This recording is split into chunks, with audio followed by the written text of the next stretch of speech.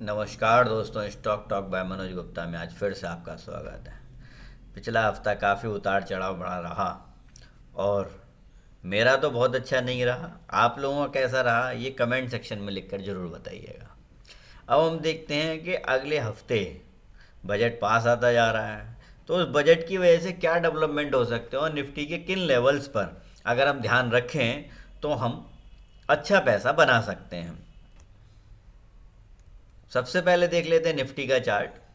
बहुत पुराने ही ये दो लाइनें हमने खींच के रखी हुई हैं जो लगातार हमको ये बता रही हैं, इंडिकेट कर रही हैं कि नीचे सपोर्ट जो है वो 760 की है, 17,760-70 की, और ऊपर रेजिस्टेंस जो है वो 18,250 की है।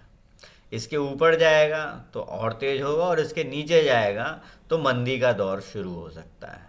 बजट में क्या कुछ आने वाला है अभी नहीं कह सकते, किंतु इस हफ्ते जो क्लोजिंग हुई वो बहुत अच्छी, बहुत कन्विंसिंग नहीं हुई। आप देख सकते हैं वेडनेसडे को बढ़िया बुलिश मूव दिखाया, थर्सडे को एक इनसाइड कैंडल बनी और फ्राइडे को जो बुलिश मूव की कैंडल का लो था 18,032 का, वो इस कैंडल ने, फ्राइडे वाली ने, तोड़ दिया 18,016, और क्लोजिंग जो आई वो 27 रुपये के लगभग आई है। तो अब मंडे को बाजार कैसा रहेगा आवरली चार्ट पे देख लेते हैं एक बार। आवरली चार्ट जो हमें दिखा रहा है वो ये दिखा रहा है कि मंडे को अगर बाजार तेज खुलता है, पहले तो हम इंतजार करेंगे 18,070 के ऊपर खुलने का। अगर तेज खुलता है 18,070 के ऊपर तो टारगेट होंगे 18,140 150 तक के, और अगर वो भी क्रॉस हो जाते हैं तो 18,200, और लास्ट हमारा 250 का तो है ही। 250 के ऊपर अगर निकल जाता है 18,250 के ऊपर तो एसएल ट्रेल करते जाइए और आगे बढ़ते जाइए। लेकिन अगर ये नीचे खुलता है 18,000 से नीचे, यानी कि 17,990 के नीचे, तो जो टारगेट होंगे वो पहला टारगेट होगा 17,940 का, दूसरा होगा 17,860 का, और तीसरा टारगेट हमारा जो सपोर्ट है 17,770 के लगभग वो भी हो सकता है।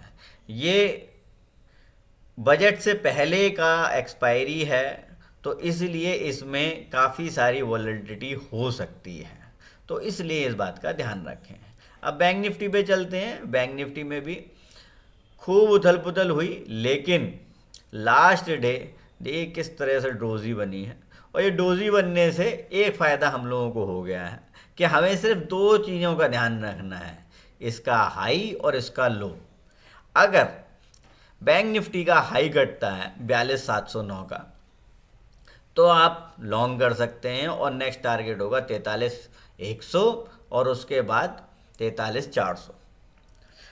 और अगर लो कटता है तो आप बड़े आराम से सेल करके बैठिए 42,000, और 42,000 के बाद 41,600 तक के टारगेट आपको आसानी से मिल जाएंगे।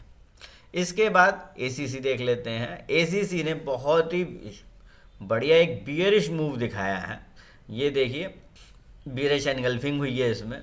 तो अगर एसीसी लोअर एंड पे ही खुलता है 2360 के आसपास तो आप इसे शॉर्ट करके चल सकते हैं। 200 दिन का मूविंग एवरेज भी ये तोड़ रहा है, तो मैं मान के चल रहा हूँ कि ये बड़े आराम से आपको 2250 और 2250 के बाद 2210 रुपये तक का मिल जाएगा। इसके बाद हॉल पे आते हैं, हिंदुस्तान एरोनॉटिकल्स। इसने बहुत ही बढ़िया एक बुलिश मूव बनाने की कोशिश की है। फ्राइडे को एक शानदार अप मूव आया, तो इस अप मूव को कंटिन्यू करते हुए अगर ये 2515 के ऊपर टिकता है एक घंटे, आधे घंटे, तो ये बड़े आराम से 2565 और 2565 के बाद 2620 तक भी जा सकता है। इसके बाद बैंक बड़ौदा। बैंक बड़ौदा बहुत अच्छा एक बाइंग मूव दिखा रहा है, तो बैंक बड़ौदा आप बाई कर सकते हैं। एसएल आपको जो लेना पड़ेगा वो थोड़ा सा दूर का लेना पड़ेगा, वॉलेटिलिटी इसमें बहुत होती है, वो है 176 रुपये 20 पैसे का, और ऊपर टारगेट जो होंगे वो 185, और 185 के बाद 188 रुपये तक के आपको मिल सकते हैं। फिर आ जाते हैं गेल पर। गेल भी देखिए बहुत सारे हायर लोज बनाता हुआ ऊपर बढ़कर आया है, और यहाँ पर ये एक रेजिस्टेंस क्रिएट कर रहा है। अगर ₹99 के ऊपर गेल टिकता है आधे घंटे, तो आप इसको एक नया ब्रेकआउट समझिए, और ये हमें 102 और 102 के बाद ₹105 तक भी ले जा सकता है। इन चारों के अलावा मैं 2 शेयर्स के बारे में बात और करूंगा जो पिछले 2-3 वीक में काफ़ी गिरे हैं। एक है बजाज फाइनेंस।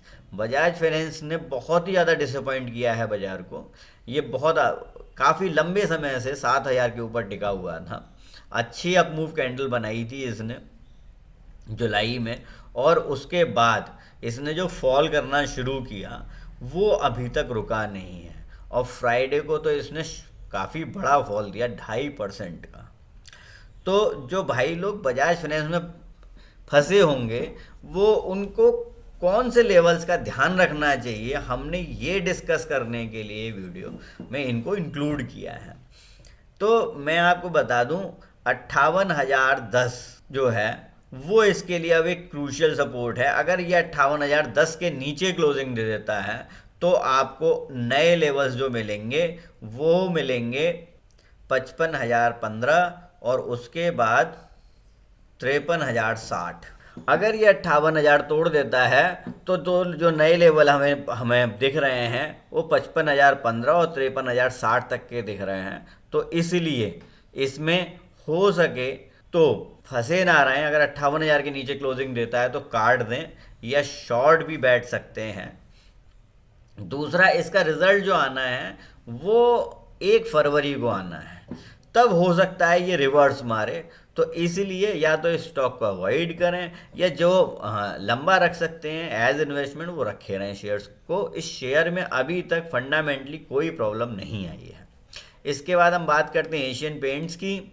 एशियन पेंट भी काफ़ी लंबे समय से फॉल हो रहा था। इसने एक बहुत ही शानदार ड्रैगन फ्लाई डोजी बनाई थी जिससे उम्मीद जगी थी कि ऊपर बढ़ेगा, और मैंने इसमें एक बाई कॉल भी दी थी इसी कारण से। लेकिन उसके ये 3 दिन 4 दिन चलने के बाद जिन लोगों ने प्रॉफिट बुक कर लिया होगा उनके लिए तो कोई दिक्कत ही नहीं है, लेकिन जिन्होंने नहीं किया रिजल्ट आते ही ये बहुत बुरी तरह से गिरा है। तो अब इसमें क्या करें?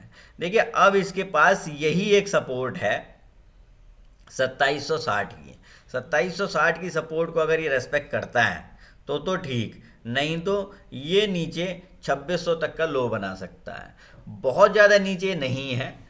अगर 2700-2800 रुपये का शेयर 200 रुपये और गिर जाता है तो आई डोंट थिंक कि उसमें बहुत बड़ी प्रॉब्लम है। तो इसको आप एक्यूमुलेट भी कर सकते हैं और होल्ड तो कर ही सकते हैं, इसमें बहुत प्रॉब्लम नहीं दिख रही है। इंडेक्स के शेयर होने की वजह से मैंने इन दोनों शेयर्स को इंक्लूड किया है अपनी एनालिसिस में, क्योंकि कई क्लाइंट्स की इंक्वायरी थी कि सर इसमें क्या करना है। दोस्तों, इसके अलावा भी अगर आपको कोई जानकारी चाहिए तो आप हमारे नंबर 7678193636 पर या 9818246128 पर कॉल करके हमसे बात कर सकते हैं।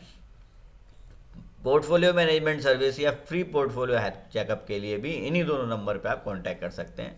आज के लिए इतना ही, धन्यवाद।